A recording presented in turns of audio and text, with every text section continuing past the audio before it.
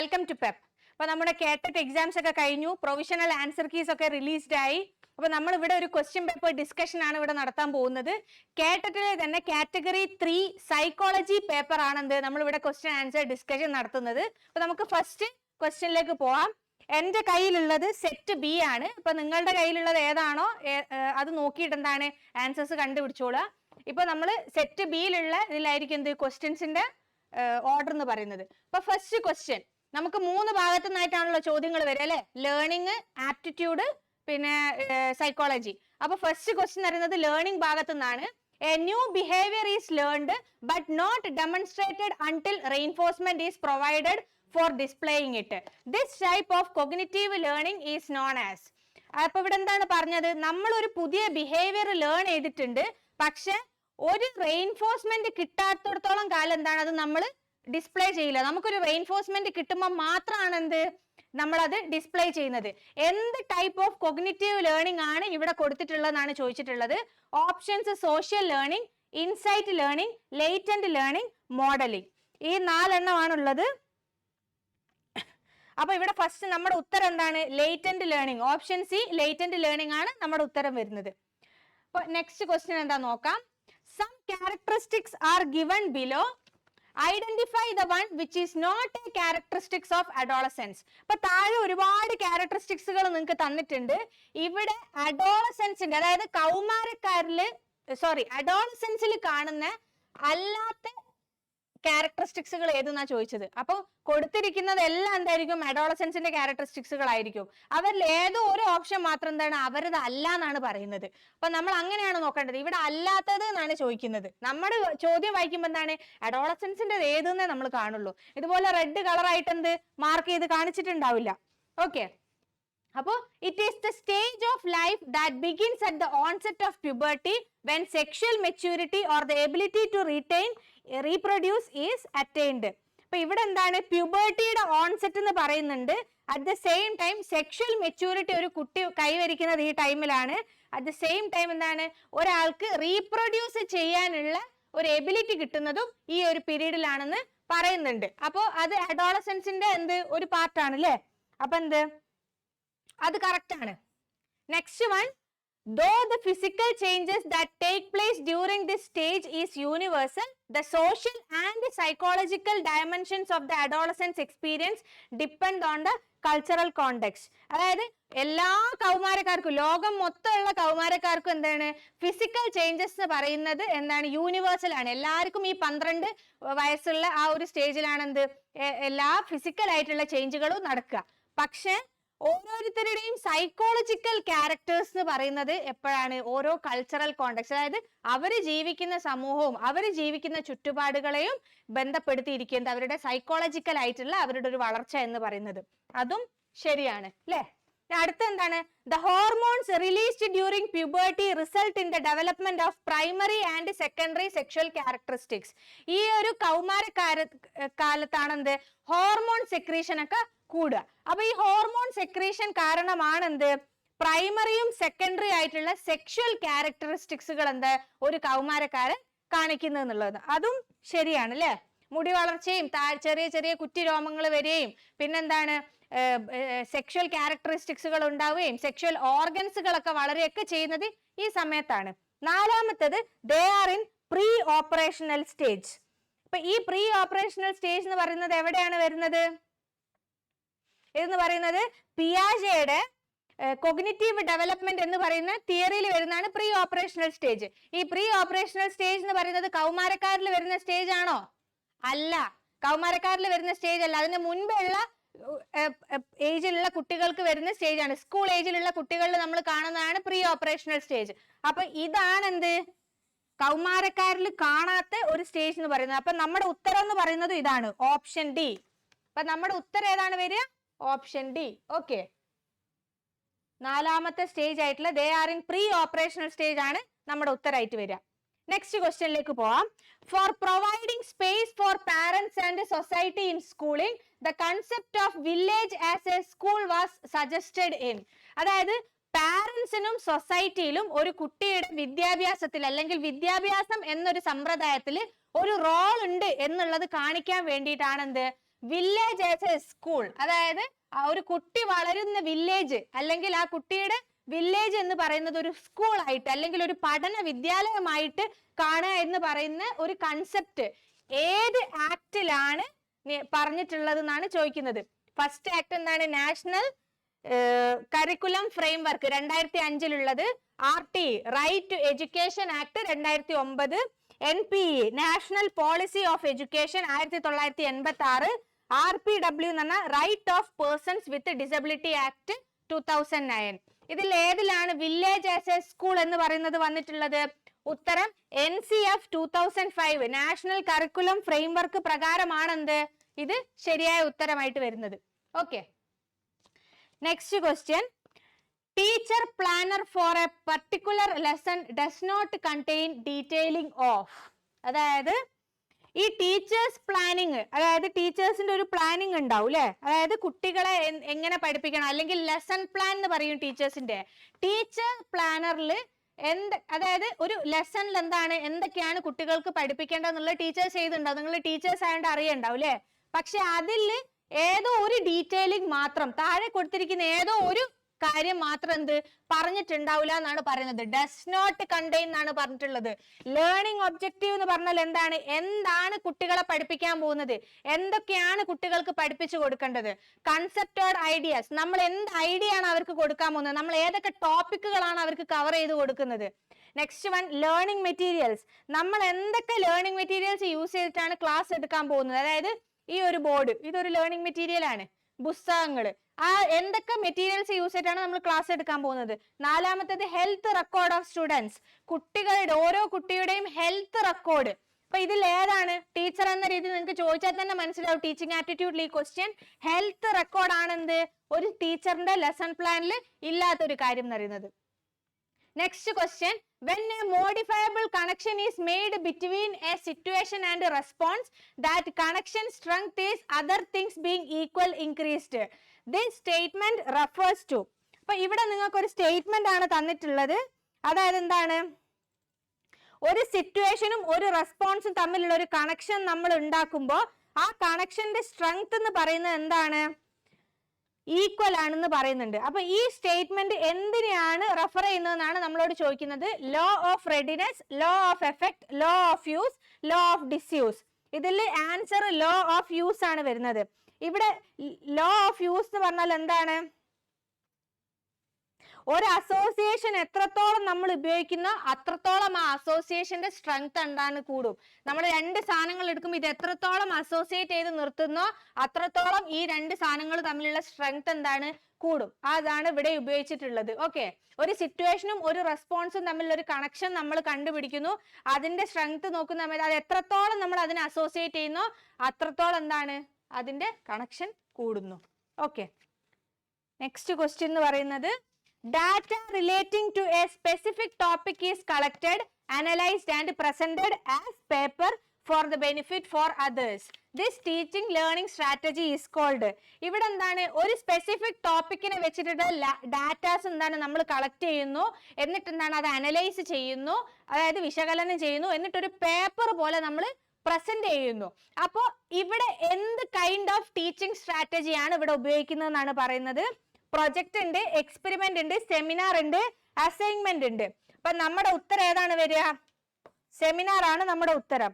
അതായത് ഇവിടെ ഇപ്പൊ നമ്മൾ ഒരു ഉണ്ടാക്കിയെടുത്ത് നമ്മുടെ പേപ്പർ ആണെന്ത് മറ്റുള്ളവരുടെ മുന്നിൽ നമ്മൾ പ്രസന്റ് ചെയ്യുക, അതിൽ നിന്ന് അവർക്കൊക്കെ എന്താണ് ബെനിഫിറ്റ്സ് കിട്ടും. Okay, next question, law of analogy is applicable in learning. Which of the following statement is related to law of analogy? അപ്പൊ law of analogy എന്താണെന്ന് നിങ്ങൾക്ക് ഓൾറെഡി അറിയാം. ഈ law of analogy എന്ന് പറയുന്നത് എന്താണ്? ലേണിംഗിൽ ആപ്ലിക്കബിൾ ആണെന്ന് പറയുന്നുണ്ട്. അപ്പോൾ ഈ ലോ ഓഫ് അനലോജി ആയിട്ട് ബേസ് ചെയ്തിട്ടുള്ള താഴെ കൊടുത്തിരിക്കുന്ന ഏതൊക്കെ സ്റ്റേറ്റ്മെന്റുകളാണ് കറക്റ്റ് എന്നാണ് ചോദിച്ചിട്ടുള്ളത്. Learning is guided by the total attitude of the organism. ഒരു ഓർഗാനിസത്തിന്റെ ടോട്ടൽ ആറ്റിറ്റ്യൂഡ് പോലെ ഇരിക്കുന്നത് ലേണിംഗ് എന്ന് പറയുന്നത്. Next one, learning take place when it result in satisfaction and the learner get pleasure out of it. Learning എപ്പോഴാണ് നടക്കുക എന്ന് പറഞ്ഞാൽ ഒരു പേഴ്സൺ അതിൽ നിന്ന് സാറ്റിസ്ഫാക്ഷൻ കിട്ടുകയും ആ സാറ്റിസ്ഫാക്ഷൻ കിട്ടുന്നതിലൂടെ എന്താണ് അയാൾക്ക് അതിൽ നിന്നൊരു പ്ലഷർ കിട്ടുകയും ചെയ്യുന്നു എന്ന് പറയുമ്പം. Next one, an individual respond to a new situation on the basis of the responses made by him in similar situation in the past. അതായത് ഒരു ഇൻഡിവിജ്വൽ, അതായത് ഒരാൾ എങ്ങനെയാണ് പുതിയ സാധനങ്ങളോട് അല്ലെങ്കിൽ പുതിയ കാര്യങ്ങളോട് അല്ലെങ്കിൽ പുതിയ രീതികളോട് റെസ്പോണ്ട് ചെയ്യുന്നതെന്ന് പറഞ്ഞാൽ അതേ തരം സിറ്റുവേഷൻസിലൂടെ അയാളുടെ പഴയ സിറ്റുവേഷൻസ്, അതായത് പാസ്റ്റിൽ എപ്പോഴെങ്കിലും എന്തെങ്കിലും ചെയ്തിട്ടുണ്ടെങ്കിൽ, അതായത് കഴിഞ്ഞ കാര്യങ്ങളിൽ അയാൾ എങ്ങനെയാണോ റെസ്പോണ്ട് ചെയ്തത് അതുമായിട്ട് സിമിലർ ആയിട്ടാണ് അയാൾ ഇപ്പോൾ റെസ്പോണ്ട് ചെയ്യുക. ഉദ്ദേശിച്ചത് എത്രയാണ്, ഒരു പേഴ്സൺ എങ്ങനെയാണ് പുതിയ കാര്യങ്ങളോട് റെസ്പോണ്ട് ചെയ്യുന്നതെന്ന് വെച്ചാൽ അയാളുടെ പഴയ കാര്യങ്ങളിൽ അല്ലെങ്കിൽ അയാളുടെ പാസ്റ്റിൽ നടന്ന കാര്യങ്ങളിൽ എപ്പോഴെങ്കിലും ഇത്തരം എന്താണ് സിമിലർ ആയിട്ടുള്ള സിറ്റുവേഷൻസിൽ അയാൾ റെസ്പോണ്ട് ചെയ്തത് എങ്ങനെയാണെന്ന് നോക്കും. അന്ന് എങ്ങനെയാണ് അയാൾ റെസ്പോണ്ട് ചെയ്തത് അതുപോലെയാണ് എന്ത് പുതിയൊരു സിറ്റുവേഷനെ അയാൾ കാണുക എന്നുള്ളത്. Next one, response from a learner is obtained only when the learner is associated with any situation to which he is sensitive. അതായത് ഒരു ലേണർ, അതായത് പഠിക്കുന്ന ഒരാൾ എങ്ങനെയാണ് ഒരു പുതിയ സാധനത്തിനോട് റെസ്പോണ്ട് ചെയ്യുന്നതെന്ന് പറഞ്ഞാൽ അയാൾ ഏതെങ്കിലും രീതിയിൽ ആ സിറ്റുവേഷനുമായിട്ട് അസോസിയേറ്റ് ചെയ്യപ്പെടണം. അത് മാത്രമല്ല അതായത് അയാൾ സെൻസിറ്റീവ് ആയിട്ടുള്ള ഒരു സിറ്റുവേഷനും കൂടി ആയിരിക്കണം എന്നാണ് പറയുന്നത്. ഓക്കെ, അപ്പൊ ഇവിടെ ഏതാണ് ഉത്തരം എന്ന് പറഞ്ഞാൽ എല്ലാം ലേണിംഗിന്റെ പല രീതിയിലത്തെ കാര്യങ്ങളാണ് ചോദിക്കുന്നത്. ബട്ട് ലോ ഓഫ് അനലോജി ആയിട്ട് ആപ്ലിക്കബിൾ ആയിട്ട് വരുന്നത് ഓപ്ഷൻ സി ആണ്. Next one, right of children to free and compulsory education act 2009 extend to. അതായത് right of children to free and compulsory education act, അതായത് RTE ആക്ടിനെ കുറിച്ചാണ് പറയുന്നത്. അപ്പോൾ ഇവിടെ ഈ RTE ആക്ട് 2009 ഇന്ത്യയിൽ എവിടെയൊക്കെ ഉണ്ട് എന്നാണ് പറയുന്നത്. ഹോൾ ഓഫ് ഇന്ത്യ, ഇന്ത്യ മുഴുവൻ. പിന്നെന്താണ്, whole of India except union territories, ഇന്ത്യയിലെ യൂണിയൻ ടെറിട്ടറീസ് ഒഴികെ ബാക്കി എല്ലായിടത്തും ഉണ്ട്. പിന്നെ whole of India except New Delhi, India മുഴുവൻ പക്ഷെ ന്യൂഡൽഹിയിൽ ഇല്ല. Whole of India except Jammu and Kashmir, India മുഴുവൻ ഉണ്ട് പക്ഷെ ജമ്മു ആൻഡ് കാശ്മീരിൽ ഇത് ആപ്ലിക്കബിൾ അല്ല. ഉത്തരം വരുന്നത് ഇതാണ്, whole of India except Jammu and Kashmir. RTE act എന്ന് പറയുന്നത് ഇന്ത്യ മുഴുവൻ പറഞ്ഞിട്ടുണ്ട് പക്ഷെ ജമ്മു കാശ്മീരിൽ അത് ആപ്ലിക്കബിൾ അല്ല. Next question, the individual with the following character belongs to. അപ്പൊ താഴെ ഒരുപാട് ക്യാരക്ടറിസ്റ്റിക്സുകൾ കൊടുത്തിട്ടുണ്ട്. ഇതിൽ എന്താണ് താഴെ കൊടുത്തിരിക്കുന്ന ക്യാരക്ടറിസ്റ്റിക്സ് ഉള്ള ആളുകൾ ഏത് കാറ്റഗറിയിലാണ് ബിലോങ് ചെയ്യുന്നതെന്നാണ് ചോദിക്കുന്നത്. ഇൻട്രസ്റ്റ് ഇൻ അബ്സ്ട്രാക്ട് തിങ്കിങ്, അതായത് എല്ലാ കാര്യങ്ങളെയും അബ്സ്ട്രാക്റ്റ് ആയിട്ട് ചിന്തിക്കുക, അതായത് ക്രിയേറ്റീവ് ആയിട്ട് ചിന്തിക്കുക അല്ലെങ്കിൽ വൈഡ് ആയിട്ട് ചിന്തിക്കാനുള്ള അബ്സ്ട്രാക്ട് തിങ്കിങ്ങിൽ ഇതാവുന്നത്. Superior in general knowledge, general നോളേജിൽ നല്ല എന്താ പറയുക സുപ്പീരിയർ ആണ് എന്ന് പറയുക. Novelty in work and concentration in work, വർക്കിൽ പുതിയതാണ് അറ്റ് ദ സെയിം ടൈം വർക്കിൽ നല്ല കോൺസെൻട്രേറ്റഡ് ആണ്. Maturity in emotional expression, maturity in emotional expression എന്ന് പറയുന്ന അത് ഇവിടെയാണ് അല്ലേ കാണിച്ചത്, sorry. Maturity in emotional expression. Next one, confidence in performance. ഇതാണ് ഓപ്ഷൻസുകൾ എന്ന് പറയുന്നത്. അപ്പൊ ഈ 5 ക്യാരക്ടറിസ്റ്റിക്സുകളും വരുന്ന ഒരാളെ നമ്മൾ ഏത് ഗ്രൂപ്പിലാണ് കൊണ്ടുപോയിടുക എന്നാണ് ചോദിച്ചിട്ടുള്ളത്. നമ്മുടെ ഓപ്ഷൻസ് ആണ് എന്ത്, gifted children, backward children, moron, children with ADHD. Gifted children എന്ന് പറഞ്ഞാൽ എന്താണ്, 110 മേലെയൊക്കെ IQ വരുന്ന കുട്ടികൾ. ബാക്ക്വേർഡ് ചിൽഡ്രൻ എന്ന് പറഞ്ഞാൽ എന്താണ് വരിക, അതായത് എഡ്യൂക്കേഷണൽ ആയിട്ട് എന്താണ് കുറച്ച് അവരുടെ കഴിവിലും എന്താണ് താഴ്ന്ന നിലവാരം കാണിക്കുന്ന ആളുകൾ. മോറോൺ എന്ന് പറഞ്ഞാൽ എന്താണ്, മന്ദബുദ്ധി. മലയാളത്തിൽ അങ്ങനെ പറയാണ് മന്ദബുദ്ധി എന്ന്, പക്ഷെ നമ്മൾ അങ്ങനെ മോറോൺ എന്നുള്ള വാക്കിനെ പറയേണ്ട ആവശ്യമില്ല കേട്ടോ. ചിൽഡ്രൻ വിത്ത് ADHD എന്ന് പറഞ്ഞാൽ ADHD ആയിട്ടുള്ള കുട്ടികൾ എന്ന് പറയുമ്പോൾ ADHD ഉള്ള കുട്ടികൾ എന്നാണ്. Attention deficit hyper activity disorder ഉള്ള കുട്ടികൾ എന്ന് പറയുമ്പോൾ അതൊക്കെ നിങ്ങൾ പഠിച്ചതാണ്. അപ്പം നമ്മുടെ ഓപ്ഷൻ വരെ ഗിഫ്റ്റഡ് ചിൽഡ്രൻ ആണ്. ഗിഫ്റ്റഡ് ചിൽഡ്രൻ ആണ് എന്ത്, ഹൈ പെർഫോമൻസ് ഉള്ള കുട്ടികൾ, അബ്സ്ട്രാക്റ്റ് ആയിട്ടുള്ള കാര്യങ്ങൾ ചെയ്യാൻ പറ്റുന്നവർ, ജനറൽ നോളേജിൽ ഹൈ ആയിരിക്കും, അവർ നല്ല വർക്ക് എത്തിക്സ് കാണിക്കും.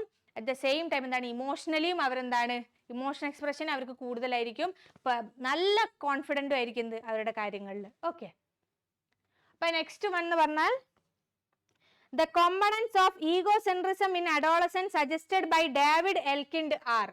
അഡോളസെൻസിൽ ഈഗോസെൻട്രിസം എന്ന് പറയുന്ന ക്യാരക്ടറിസ്റ്റിക്സുകൾ ഡേവിഡ് എൽക്കിൻഡ് ഏതൊക്കെയാണ് പറഞ്ഞതെന്നാണ് ചോദിക്കുന്നത്. ഡേവിഡ് എൽക്കിൻഡ് പറഞ്ഞ പ്രകാരം അഡോളസെൻസിലെ ഈഗോസെൻട്രിസത്തിന്റെ കോമ്പണൻസ് ഏതൊക്കെയാണെന്നാണ് ചോദിച്ചിട്ടുള്ളത്.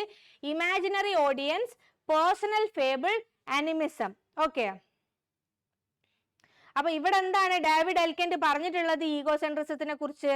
ഒരു ഇമാജിനറി ഓഡിയൻസ് നമുക്കുണ്ട്, അതായത് നമ്മൾ എല്ലാ കാര്യങ്ങളും വാച്ച് ചെയ്യുന്ന ഒരു ഇമാജിനറി ഓഡിയൻസ് നമുക്ക് ഉണ്ട് എന്നാണ് ഡേവിഡ് എൽക്കിൻഡ് പറഞ്ഞിട്ടുള്ളത് അല്ലേ. അപ്പോ imaginary audience, personal fable, animism. അപ്പൊ നമ്മളെ ഉത്തരങ്ങൾ ഏതൊക്കെയാ വരുന്നത്? 1 only, 1 and 2, 1 and 3 only, 3 only. അപ്പൊ നമ്മളെ ഉത്തരം വരിക 1 and 2 ആണ്. അതായത് ഇമാജിനറി ഓഡിയൻസും പേഴ്സണൽ ഫേബിളും ആണെന്ത് നമ്മുടെ ഉത്തരങ്ങളായിട്ട് പറഞ്ഞിട്ടുള്ളത്. ഡേവിഡ് എൽക്കിൻഡിന്റെ ഈഗോസെൻട്രിസം എന്ന് പറയുന്ന ഒരു ക്യാരക്ടറിസ്റ്റിക്സുകളിൽ വരുന്നത് ഇമാജിനറി ഓഡിയൻസും പേഴ്സണൽ ഫേബിളും ആണ്. Next question. Erikson put forth different life stages through which an individual develops. The stage which is most applicable for adolescence is. അപ്പോൾ എറിക്സന്റെ കോഗ്നിറ്റീവ് തിയറിനെ കുറിച്ചാണ്, എറിക്സന്റെ സൈക്കോസോഷ്യൽ ഡെവലപ്മെന്റ് തിയറിനെ കുറിച്ചാണ് ഇവിടെ പറഞ്ഞിട്ടുള്ളത്. അപ്പോ ഇവിടെ അഡോളസെൻസിന് അല്ലെങ്കിൽ കൗമാരക്കാരെ റെപ്രസെന്റ് ചെയ്യുന്ന ഏത് സ്റ്റേജ് ആണ് ഇവിടെ താഴെ ഉള്ളതെന്നാണ് പറഞ്ഞത്. Trust versus mistrust. ജനനം മുതൽ 18 മാസം വരെയാണെന്ത് ഒരു കുട്ടിയുടെ ട്രസ്റ്റ് വേഴ്സസ് മിസ്ട്രസ്റ്റ് എന്ന് പറയുന്നത് ഉള്ളത്. ഓട്ടോണമി വേഴ്സസ് ഷെയിം 1.5 വയസ്സ് മുതൽ 3 വയസ്സ് വരെയുള്ള കുട്ടികളിലാണ് നമ്മൾ അത് കണ്ടിട്ടുള്ളത്. ഇൻഡസ്ട്രി വേഴ്സസ് ഇൻഫ്യൂരിറ്റി 5 മുതൽ 13 വയസ്സ് വരെയുള്ളവരിലും. ഐഡന്റിറ്റി വേഴ്സസ് റോൾ കൺഫ്യൂഷൻ 13 മുതൽ 21 വയസ്സ് വരെയുള്ളതിലും. അപ്പൊ നമ്മുടെ ഉത്തരം ഏതാണ് വരിക?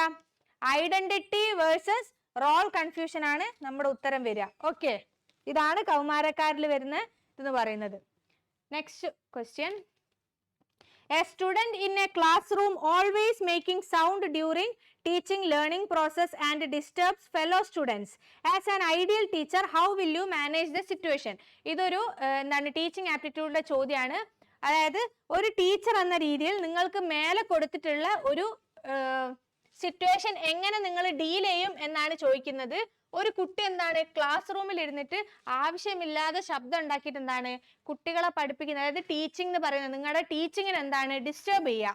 അപ്പോൾ ആസ് എ ടീച്ചർ നിങ്ങൾ എങ്ങനെയാണ് ഇതിനെ ഡീൽ ചെയ്യും എന്നാണ് ചോദിച്ചിട്ടുള്ളത്. Scold the student and get him out of the class. കുട്ടിയെ ചീത്ത പറഞ്ഞിട്ട് ആ കുട്ടിയെ ക്ലാസ്സിന് പുറത്താക്കും. രണ്ടാമത്തെ ഓപ്ഷൻ എന്താണ്? കുട്ടിയെ ചീത്ത പറഞ്ഞതിന് ശേഷം ക്ലാസ്സിൽ എന്താണ് ക്ലാസ് കഴിയുന്നവരെ എണീറ്റ് നിൽക്കാൻ പറഞ്ഞിട്ട് പണിഷ് ചെയ്യും.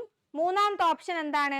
കുട്ടി എന്തിനാണ് ഈ ഇങ്ങനെ പ്രശ്നം ഉണ്ടാക്കുന്നത്, ശബ്ദം ഉണ്ടാക്കുന്നത് എന്നുള്ളതെന്ന് മനസ്സിലാക്കിയിട്ട് ആ റീസൺ മനസ്സിലാക്കിയിട്ട് കറക്റ്റ് ചെയ്യാനുള്ള എന്തെങ്കിലും മെഷേഴ്സ് കൊടുക്കും. നമ്മൾ ചോദിക്കുക എന്താണ് നിനക്ക് അവിടെ എന്തെങ്കിലും ബുദ്ധിമുട്ടുകൾ ഉണ്ടോ എന്ന് ചോദിക്കുക. അടുത്തുള്ള ആരെങ്കിലും ബുദ്ധിമുട്ടാക്കുന്നുണ്ടോ എന്നുള്ളത് ചോദിക്കുക. നെക്സ്റ്റ് വൺ എന്താണ്? പാരന്റ്സിനെ വിളിച്ചിട്ട് കുട്ടി ഇങ്ങനെ ക്ലാസ്സിൽ ഡിസ്റ്റർബൻസ് ഉണ്ടാക്കുന്നെന്ന് പറഞ്ഞ് മനസ്സിലാക്കിയിട്ട് എന്താണ് അവരോട് പറയുന്നത് ചെറിയ എന്തെങ്കിലും പണിഷ്മെന്റ് കൊടുക്കണമെന്ന്. ഇതിൽ ഏതാണ് ഓപ്ഷൻ കറക്റ്റ്? മൂന്നാമത്തേതാണ് ഓപ്ഷൻ കറക്റ്റ്. റീസൺ എന്താന്ന് മനസ്സിലാക്കിയിട്ട് കറക്റ്റീവ് മെഷേഴ്സ് കൊടുക്കുക. മാച്ച് ദ ഫോളോയിങ് ആണ് അടുത്തത് വരുന്നത്. അപ്പൊ വലിയ ക്വസ്റ്റ്യൻ ആണത്, 2 സ്ലൈഡ് ആക്കിയിട്ടോ ഞാൻ ഇട്ടിട്ടുള്ളത്. അപ്പൊ എന്താണ് ഫസ്റ്റ് ക്വസ്റ്റ്യൻ പറഞ്ഞാൽ Gardner Murphy, Henry P Smith, Kinsley and Gary Woodsworth. അപ്പൊ ഇവര് 4 പേരും എന്താണ് ലേണിംഗ് എന്ന് പറയുന്ന കൺസെപ്റ്റിന് ഡിഫറെന്റ് ഡെഫിനിഷൻസ് കൊടുത്തിട്ടുണ്ട്. ആ ഡെഫിനിഷൻസ് ഏതൊക്കെയാണെന്നാണ് നമ്മൾ നോക്കുന്നത്. ഫസ്റ്റ് ഡെഫിനിഷൻ എന്താണ്? നിങ്ങളെ ക്വസ്റ്റ്യൻ പേപ്പർ നോക്കുക. ഓക്കെ, എന്റെ സ്ലൈഡിൽ എന്തായിരിക്കും 2 പേജിലായിട്ട് നിൽക്കുമ്പോൾ നിങ്ങൾക്ക് വളരെ ബുദ്ധിമുട്ടായിരിക്കും ഇത് നോക്കാൻ. The term learning covers every modification in behaviour to meet environment requirements. അതായത് ലേണിംഗ് എന്ന് പറയുന്നത് എന്താണ്? നിങ്ങളുടെ ബിഹേവിയറിൽ പല മാറ്റങ്ങൾ കൊണ്ടുവരികയാണെന്ത് നിങ്ങളുടെ ചുറ്റുപാടുകളുടെ റിക്വയർമെന്റ്സിന് വേണ്ടിയിട്ട്. അപ്പൊ അത് ആരാണ് പറഞ്ഞിട്ടുള്ളത്? ഈ ഒരു ഓപ്ഷൻ മർഫിയുടേതാണെന്ത് ഈ ഓപ്ഷൻ എന്ന് പറയുന്നത്. അതായത് 1 എന്ന് പറയുന്നത് എ ആണ്. ഗാർഡനർ മർഫിയുടെ തിയറി ആണെന്ത് ഇതെന്ന് പറയുന്നത്. Next one, any activity can be called learning so far as it develops the individual and makes him alter behavior and experiences different from what that would otherwise have been. അപ്പൊ ഇവിടെ എന്താണ് learning എന്ന് പറയുന്നത് ഏതൊരു ആക്ടിവിറ്റിനെ നമ്മൾ പറയും, പക്ഷെ എന്താണ് ഒരു ഇൻഡിവിജ്വല് അവരുടെ ബിഹേവിയറിനെ ഓൾട്ടർ ചെയ്യാൻ വേണ്ടിയിട്ട് അയാളുടെ എക്സ്പീരിയൻസസിനെ എന്താണ് പുറത്ത് നിന്നിട്ട് എടുക്കുകയാണ്. ഓക്കെ, അതായത് അയാളുടെ എക്സ്പീരിയൻസിലൂടെ അയാൾക്ക് വേറെ രീതിയിലാണ് ആ ബിഹേവിയർ കിട്ടുക. പക്ഷെ അയാളുടെ ലേണിങ്ങിന് എന്താണ് അയാൾ ബിഹേവിയറിനെ അയാൾ ഓൾട്ടർ ചെയ്യാണെന്ത് വേറെ കാര്യങ്ങൾ വെച്ചിട്ട്. ഓക്കെ, അപ്പൊ ഇങ്ങനെ പറഞ്ഞിട്ടുള്ളത് ആരാണ്? Option B. ഓപ്ഷൻ ബിയെ കുറിച്ച് ആരാണ് പറഞ്ഞിട്ടുള്ളത്? വുഡ്സ്വർത്തിൻ്റെതാണെന്ത് ഇതെന്ന് പറയുന്നത്. അപ്പോ വുഡ്സ്വർത്തിന്റെ ആണെന്ത് ഈ ബി എന്ന് പറയുന്ന option. Next one, learning is a process by which behaviour is originated or changes through practice or training. Learning എന്ന് പറയുന്നത് എന്താണ് ഒരു പ്രോസസ് ആണ്. ഇതിലൂടെയാണ് എന്ത് ബിഹേവിയർ എന്ന് പറയുന്ന ഒരു സാധനം ഒരാളിൽ ഉണ്ടാവുന്നതും ആ അത് ഉണ്ടായി കഴിഞ്ഞാൽ എന്താണ് ഓരോ പ്രാക്ടീസിലൂടെയും ട്രെയിനിങ്ങിലൂടെയും എന്താണ് അതിന് മാറ്റം സംഭവിക്കുന്നതാണ് പറഞ്ഞിട്ടുള്ളത്. ഇതാരാണ് പറഞ്ഞിട്ടുള്ളത്? കിങ്സ്ലി ആൻഡ് ഗാരിയുടേതാണ് എന്ത് ഇതെന്ന് പറയുന്നത്. അപ്പൊ കിങ്സ്ലി ആൻഡ് ഗാരി സി. നാലാമത്തത്, ലേണിംഗ് എന്ന് പറയുന്നത് എന്താണ് ഒരു പുതിയ ബിഹേവിയർ ഉണ്ടാക്കുകയാണ്, അല്ലെങ്കിൽ എന്താണ് ഉള്ള ബിഹേവിയറിനെ സ്ട്രെങ്തൻ ചെയ്യുക, അല്ലെങ്കിൽ ഉള്ള ബിഹേവിയറിനെ വീക്കൻ ചെയ്യുക, എന്നിട്ട് എന്ത് എക്സ്പീരിയൻസിലൂടെ. ഓക്കെ, അതായത് പുതിയൊരു ബിഹേവിയറിനെ ഉണ്ടാക്കുക, അല്ലെങ്കിൽ ഉള്ള ബിഹേവിയറിനെ സ്ട്രെങ്തൻ ചെയ്യുക, അതായത് ശക്തിപ്പെടുത്തുക, അല്ലെങ്കിൽ എന്താണ് ആ ബിഹേവിയറിനെ ഇല്ലാതാക്കുക, എക്സ്പീരിയൻസിലൂടെയാണ് ഇത് നടക്കുന്നത്. അപ്പൊ അതേതാണ് വരിക? ഓപ്ഷൻ ഡി ആണ് വരുന്നത്. അതായത് ഹെൻറി പി സ്മിത്ത് ആണ് ഇങ്ങനെ ഒരു കാര്യം പറഞ്ഞത്. അപ്പൊ 1A 2D 3C 4B വരുന്നത് ഏതാണ്? 3C 4B. ഓപ്ഷൻ എ ആണ് നിങ്ങളുടെ ഉത്തരം. Next one, which among the following is not a general characteristics of creative person? ഒരു ക്രിയേറ്റീവ് പേഴ്സന്റെ ജനറൽ ക്യാരക്ടറിസ്റ്റിക്സ് താഴെ കൊടുത്തിരിക്കുന്നത് ഏത് അല്ല എന്നാണ് പറഞ്ഞിട്ടുള്ളത്. ഓക്കെ, അപ്പൊ ഇവിടെ ഏതൊക്കെയാ വരിക? possess high degree of sensitivity towards problems. പ്രോബ്ലത്തോട് എന്താണ് ഒരു പ്രോബ്ലം ഉണ്ടാവുമ്പോൾ അതിനോട് വളരെ രൂക്ഷമായിട്ട് എന്താണ് പെരുമാറുക, അല്ലെങ്കിൽ അതിന് സെൻസിറ്റീവ് ആയിട്ട് എടുക്കുക എന്ന് പറയും. പിന്നെ ഒരു കാര്യത്തിന് എങ്ങനെയൊക്കെ ചിന്തിക്കാം, എങ്ങനെയൊക്കെ അതിനെ ഫീൽ ചെയ്യാം, അല്ലെങ്കിൽ അതിൽ കാണിക്കുന്ന ബിഹേവിയർ അതിലൊക്കെ എന്താണ് ഒരു ഫ്ലെക്സിബിലിറ്റി കാണിക്കുക, വലിയ കടുംപിടുത്തം ഇല്ലാത്ത ഒരാള്. നെക്സ്റ്റ് വൺ, ഒരു സിറ്റുവേഷനിൽ വേറൊരു സിറ്റുവേഷൻസിലേക്ക് തന്റെ ലേണിങ്ങിനെ മാറ്റാൻ എന്താണ് കുറച്ച് ബുദ്ധിമുട്ടുള്ള ആള്. പിന്നെന്താണ് നല്ല good memory and broad knowledge ഉള്ള ആള്. അപ്പൊ ഇതിൽ ഏതാണ് നമ്മുടെ ക്രിയേറ്റീവ് പേഴ്സന്റെ ക്യാരക്ടറിസ്റ്റിക്സുകൾ അല്ലാത്തത് എന്നാണ് ചോദിച്ചിട്ടുള്ളത്? അത് ഏതാണ്? ഓപ്ഷൻ സി ആണ്. അവരെന്താണ് വളരെ ഫ്ലെക്സിബിൾ ആയിട്ടുള്ള ക്യാരക്ടർ ആയിരിക്കും. പക്ഷെ ഇവിടെ ക്രിയേറ്റീവ് പേഴ്സന്റെ ക്യാരക്ടർ അല്ലാത്തതെന്ന് പറഞ്ഞാൽ ഇതാണ് വരിക. Next question, the predisposition or readiness to respond in a predetermined manner to a relevant stimuli is. അപ്പോൾ ഒരു റിലവൻറ്റ് സ്റ്റിമുലൈയോട് നമ്മൾ എങ്ങനെയാണ് എന്താണ് ഓൾറെഡി നമ്മൾ എങ്ങനെയാണോ, അതായത് ഇപ്പൊ എന്താണ് പറയാ, നമ്മൾ ഒരു സിറ്റുവേഷനോട് എങ്ങനെ പെരുമാറുന്നു എന്നുള്ളതാണ് ഇവിടെ ചോദിച്ചിട്ടുള്ളത്. നിങ്ങൾക്ക് ഒരു സിറ്റുവേഷൻ തന്നു കഴിഞ്ഞാൽ നിങ്ങൾ എങ്ങനെയാണ് പെരുമാറുക എന്നുള്ളതെന്ന്. അപ്പൊ നിങ്ങളുടെ ഉള്ളിൽ ഓൾറെഡി ഉള്ള കാരണങ്ങളോ അല്ലെങ്കിൽ ക്യാരക്ടറിസ്റ്റിക്സുകളോ വെച്ചിട്ടായിരിക്കും നിങ്ങൾ ഒരു സിറ്റുവേഷനോട് പെരുമാറുക. അപ്പോൾ ഇവിടെ എന്താണ് ഉദ്ദേശിക്കുന്നത്? താഴെ കൊടുത്തിരിക്കുന്ന ആറ്റിറ്റ്യൂഡ്, ആപ്റ്റിറ്റ്യൂഡ്, ക്രിയേറ്റിവിറ്റി, ആങ്സൈറ്റി. ഇവിടെ ഉത്തരം വരെ ആറ്റിറ്റ്യൂഡ് ആണ്. നിങ്ങളുടെ ആറ്റിറ്റ്യൂഡിനനുസരിച്ചിട്ടായിരിക്കും എന്ത് നിങ്ങൾ ഓരോ സിറ്റുവേഷനോട് റെസ്പോണ്ട് ചെയ്യുക. അത് തന്നെയാണ് ഇവിടെ ചോദിച്ചിട്ടുള്ളത്. Next one, portfolio is the collection of all products formed during the various stages of learning activities. Which of the following cannot be an indicator for portfolio assignment. അതായത് പോർട്ട്ഫോളിയോ എന്ന് പറയുന്ന ഒരു കാര്യം എന്താണെന്ന് ഇവിടെ പറഞ്ഞിട്ടുണ്ട് അല്ലേ? അതായത് നിങ്ങളുടെ ലേണിംഗ് ആക്ടിവിറ്റീസിൽ നിങ്ങൾ ചെയ്ത എല്ലാ കാര്യവും എന്താണ് ഒരു പോർട്ട്ഫോളിയോയിൽ വരും. നിങ്ങളുടെ ബയോഡാറ്റ പോലെ നിങ്ങളുടെ പോർട്ട്ഫോളിയോ നിങ്ങളുടെ കയ്യിൽ ഉണ്ടാവും അല്ലേ? നിങ്ങളുടെ എല്ലാ കാര്യവും അച്ചീവ്മെന്റ്സും ഒക്കെ അതിൻ്റെ അകത്ത് ഉണ്ടാവും. അപ്പോൾ ഇവിടെ പോർട്ട്ഫോളിയോയുടെ ക്യാരക്ടറിസ്റ്റിക്കുകൾ അല്ലാത്ത എന്തെങ്കിലും താഴെ ഉണ്ടോ എന്നാണ് ചോദിച്ചിട്ടുള്ളത്. Clarity of concept in writings, creations made through ICT, use of expensive materials in creative works, completion of work sheets. നിങ്ങളുടെ കംപ്ലീറ്റഡ് ആയിട്ടുള്ള വർക്ക് ഷീറ്റ്സ് ഉണ്ടാവും. ക്രിയേറ്റീവ് വർക്കിന് എക്സ്പെൻസീവ് ആയിട്ടുള്ള സാധനങ്ങൾ ഉപയോഗിക്കുക. പിന്നെ ICT അതായത് ഇൻഫർമേഷൻ ആൻഡ് കമ്പ്യൂട്ടർ ടെക്നോളജി, അതായത് ടെക്നോളജി യൂസ് ചെയ്തിട്ട് നിങ്ങൾ എന്തെങ്കിലും ചെയ്തിട്ടുണ്ടെങ്കിൽ അതിന്റെ വർക്ക്. പിന്നെന്താണ് നിങ്ങളുടെ റൈറ്റിംഗ്സ്, എല്ലാ റൈറ്റിംഗ്സും. ഇപ്പൊ ഇതിൽ ഏതാണ് ഉത്തരം വരിക? ഇതാണ്. നിങ്ങൾ എക്സ്പെൻസീവ് ആയിട്ട് ക്രിയേറ്റീവ് വർക്ക്സ് ചെയ്തതല്ല എന്ത് ഇവിടെ കാണിക്കേണ്ടത്, നിങ്ങളുടെ അച്ചീവ്മെന്റ്സ് ആണ് എന്ത് നിങ്ങളുടെ പോർട്ട്ഫോളിയോയിൽ ഉണ്ടാവുക. Next one, which of the following challenges faced by adolescent is not considered as an eating disorder? ഇപ്പൊ അഡോളസൻസിൽ കണ്ടുവരുന്ന ഈറ്റിംഗ് ഡിസോർഡേഴ്സ് ആണ് എന്ത് താഴെ കൊടുത്തിട്ടുള്ളത്. അപ്പൊ ഇതിൽ ഈറ്റിംഗ് ഡിസോർഡർ ആയിട്ട് കൺസിഡർ ചെയ്യാത്തത് ഏതെന്നാണ് ചോദിച്ചിട്ടുള്ളത്. ബുലീമിയ. ബുലീമിയ എന്ന് പറഞ്ഞാൽ ഒരുപാട് ഭക്ഷണം കഴിച്ചിട്ട് എന്താണ് കുറച്ച് കഴിഞ്ഞിട്ട് പോയിട്ട് എന്താ വിരലൊക്കെ വെച്ചിട്ട് അത് ഛർദിച്ച് കളയുക, അതായത് എക്സസ് ഈറ്റിംഗ് ദെൻ പർജിങ് എന്നാണ് പറയുക ബുലീമിയ. അനോറക്സിയ നെർവോസ ആണ് ഒന്നും കഴിക്കാതെ സ്വയം എന്താണ് ഇങ്ങനെ പട്ടിണി കിടക്കുക. ഡെലിൻക്വസി എന്ന് പറഞ്ഞാൽ എന്താണ്, ചെറിയ ചെറിയ ക്രൈംസ് ബൈ യങ് പീപ്പിൾ, അതായത് നമ്മൾ യങ് പീപ്പിൾ ആയിട്ടുള്ള ആൾക്കാർ എന്താണ് യൂത്തന്മാർ എന്താണ് ചെറിയ ചെറിയ ക്രൈംസ് ചെയ്യും.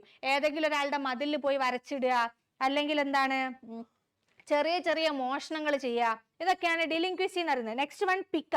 പിക്ക എന്ന് പറഞ്ഞാൽ ഭക്ഷണമായിട്ട് കാണാത്ത കുറെ സബ്സ്റ്റൻസുകൾ ഉണ്ട്. ചെറിയ നെയിൽസ്, അല്ലെങ്കിൽ എന്താണ് ചെറിയ പെയിന്റിൻ്റെത്, അല്ലെങ്കിൽ ചെറിയ ചെറിയ ക്ലിപ്സ്, അങ്ങനത്തെ സാധനങ്ങളൊക്കെ എന്താണ് ഭക്ഷണമായിട്ട് കഴിക്കുക. ഇങ്ങനത്തെതാണ് എന്ത് പിക്ക എന്ന് പറയുന്നത്. അപ്പൊ ഇതിൽ ഏതാണ് ഈറ്റിംഗ് ഡിസോർഡർ ആയിട്ട് കൺസിഡർ ചെയ്യാത്തതെന്നാണ് ചോദിക്കുന്നത്. അത് ഡിലിൻക്വസി ആണ്. Minor crimes by young people ആണ് ഡിലിൻക്വസി, ബാക്കിയെല്ലാം ഈറ്റിംഗ് ഡിസോർഡേഴ്സ് ആണ്. Next one, CCE means. CCE എന്ന് പറഞ്ഞാൽ എന്തെന്നാണ് ചോദിച്ചിട്ടുള്ളത്. നമ്മുടെ ഉത്തരം എന്താണ്, കണ്ടിന്യൂസ് ആൻഡ് കോംപ്രഹെൻസീവ് ഇവാലുവേഷൻ. ഇതാരും തെറ്റിച്ചിട്ടുണ്ടാവില്ല എന്നറിയാം, അതുകൊണ്ടാണ് ബാക്കി ഓപ്ഷൻസ് പറയാത്തത്. Okay, continuous and comprehensive evaluation. Next one, which of the following is not included in professional ethics for school teachers? താഴെ കൊടുത്തിരിക്കുന്നതിൽ ഏതാണ് എന്ത് ടീച്ചേഴ്സിന്റെ പ്രൊഫഷണൽ എത്തിക്സിന് ചേരാത്തത് എന്നാണ് ചോദിക്കുന്നത്. നമ്മൾ ഏത് ജോലി ചെയ്യുമ്പോഴും അതിലൊരു എത്തിക്സ് ഉണ്ട്. അപ്പൊ പ്രൊഫഷണൽ എത്തിക്സിന് ചേരാത്തത് ഏതെന്നാണ് ചോദിക്കുന്നത്. Treat all students with love and affection. കുട്ടികൾ എല്ലാവരെയും സ്നേഹത്തോടെയും കരുതലോടെയും കാണുക. ഫിസിക്കലായിട്ടും സോഷ്യലായിട്ടും ഇന്റലക്ച്വലി ഇമോഷണലി മോറലി ഒക്കെ എന്താണ് ഡെവലപ്മെന്റ് കുട്ടികൾക്ക് വരിക എന്നുള്ളത് ഉറപ്പ് വരുത്തുക. ക്ലാസ്സിൽ അതായത് എക്സാമിനേഷൻ ഹാളിൽ കുട്ടികൾ കോപ്പി അടിക്കുന്നുണ്ടോ എന്നുള്ളത് നോക്കുക. എന്നിട്ട് എന്താണ് അതെന്താണ് പാടെ കണ്ണ് തെറ്റിച്ച് കളയുക, അതായത് മാൽ പ്രാക്ടീസ് ഇഗ്നോർ ചെയ്യുക. പിന്നെന്താണ് ഏതെങ്കിലും രീതിയിൽ ഒരു കുട്ടിക്ക് സെക്ഷൽ അബ്യൂസ് എന്തെങ്കിലും വരും എന്നുള്ളത് കൊണ്ട് ആ കുട്ടികളെ എന്താണ് പ്രൊട്ടക്ട് ചെയ്യുക. എന്ത് കൈൻഡ് ഓഫ് സെക്ഷൽ അബ്യൂസ് എന്നും. ഇതിൽ ഏതാണ് ഉത്തരം? ഇതാണ്. കുട്ടികൾ ക്ലാസ്സിൽ മാൽ പ്രാക്ടീസ് ചെയ്യുമ്പോൾ അതിനെ സ്റ്റോപ്പ് ചെയ്യുക എന്നുള്ളത് എന്താണ് ടീച്ചേഴ്സിന്റെ കടമയാണ്. അതാണ് ഇവിടെ വരുന്നത്. നെക്സ്റ്റ് ക്വസ്റ്റ്യൻ എന്താണ്, ഇവിടെ ഒരു ലേണിംഗ് കർവ് ആണ് തന്നിട്ടുള്ളത്. അപ്പോൾ ഇവിടെ ഏത് കൈൻഡ് ഓഫ് ലേണിംഗ് അല്ലെങ്കിൽ ഇവിടെ എന്താണ് ഇൻഡിക്കേറ്റ് ചെയ്യുന്നതെന്നാണ് പറഞ്ഞിട്ടുള്ളത്. ഈ ലേണിംഗ് കർവ് നോക്കിക്കഴിഞ്ഞാൽ ഇവിടെ എത്രത്തോളം പ്രാക്ടീസ് പീരീഡ് സമയം എത്രത്തോളം എടുത്തു എന്ന്, ഇവിടെ എത്രത്തോളം പഠിച്ചു എന്നോ, എമൗണ്ട് ലേൺഡ് എത്രത്തോളം പഠിച്ചു എത്രത്തോളം സമയം എടുത്തു എന്നുള്ളതാണ് കാണിക്കുന്നത്. അപ്പൊ ഇത് ഇങ്ങനെയാണ് പോകുന്നത് അല്ലേ, ഈ ഒരു കർവാണ് കാണിക്കുന്നത്. അപ്പൊ ഇവിടെ എന്താണ് ഉദ്ദേശിക്കുന്നത്, rapid initial improvement in learning. ലേണിംഗിൽ സ്റ്റാർട്ടിങ്ങിൽ എന്താണ് നല്ല ഇനീഷ്യൽ ഇംപ്രൂവ്മെന്റ് ഉണ്ട് എന്നാണ് ഫസ്റ്റ് വണ്ണ് പറയുന്നത്. ആണോ? അല്ലല്ലോ, പതുക്കെയല്ലേ കാണിക്കുന്നത്. പിന്നെ slow initial improvement in learning എന്നാണ്, പതുക്കെ പതുക്കെ എന്താണ് ലേണിംഗിൽ ഇംപ്രൂവ്മെന്റ് ഉണ്ട് എന്നാണ് കാണിക്കുന്നത്. Learner has previous practice on similar task. ലേണറിന് എന്താണ് ഈ സെയിം ടാസ്കിൽ പ്രീവിയസ് പ്രാക്ടീസ് ഉണ്ട് എന്നാണ് കാണിക്കുന്നത്. സ്റ്റാർട്ടിങ്ങിൽ ഒരുപാട് സമയം എടുത്തിട്ടല്ലേ തുടങ്ങുന്നത്, പ്രാക്ടീസിൽ എന്താണ് അപ്പൊ ഒരുപാട് സമയം എടുക്കുന്നുണ്ട് അല്ലേ. നമ്മൾ ഓൾറെഡി പഠിച്ചൊരു സാധനം ആകുമ്പോൾ നമുക്ക് ആദ്യമേ ഒരുപാട് സമയം എടുക്കുമല്ലോ, നമ്മൾ പെട്ടെന്ന് ചെയ്യില്ലേ. പക്ഷെ ഇവിടെ ഒരുപാട് സമയം എടുത്തിട്ടാണ് എന്തൊരു സാധനം പഠിച്ചു തുടങ്ങുന്നത്. Next one, task is simple. അപ്പൊ ഇതിലേതാണ് ഇൻഡിക്കേറ്റ് ചെയ്യുന്നതാണ് നമ്മളോട് ചോദിച്ചിട്ടുള്ളത്. നമ്മുടെ ഉത്തരം എന്താണ്, slow initial improvement in learning. അതായത് പതുക്കെ പതുക്കെയാണ് എന്ത് സ്റ്റാർട്ട് ചെയ്ത് പിന്നെ എന്താണ് നല്ല രീതിയിൽ പഠിച്ചു പോകുന്നുണ്ട്. അപ്പൊ നമ്മുടെ ഉത്തരം ഓപ്ഷൻ ബി ആണ് വരിക.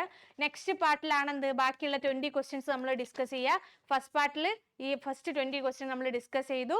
That's it. Thank you.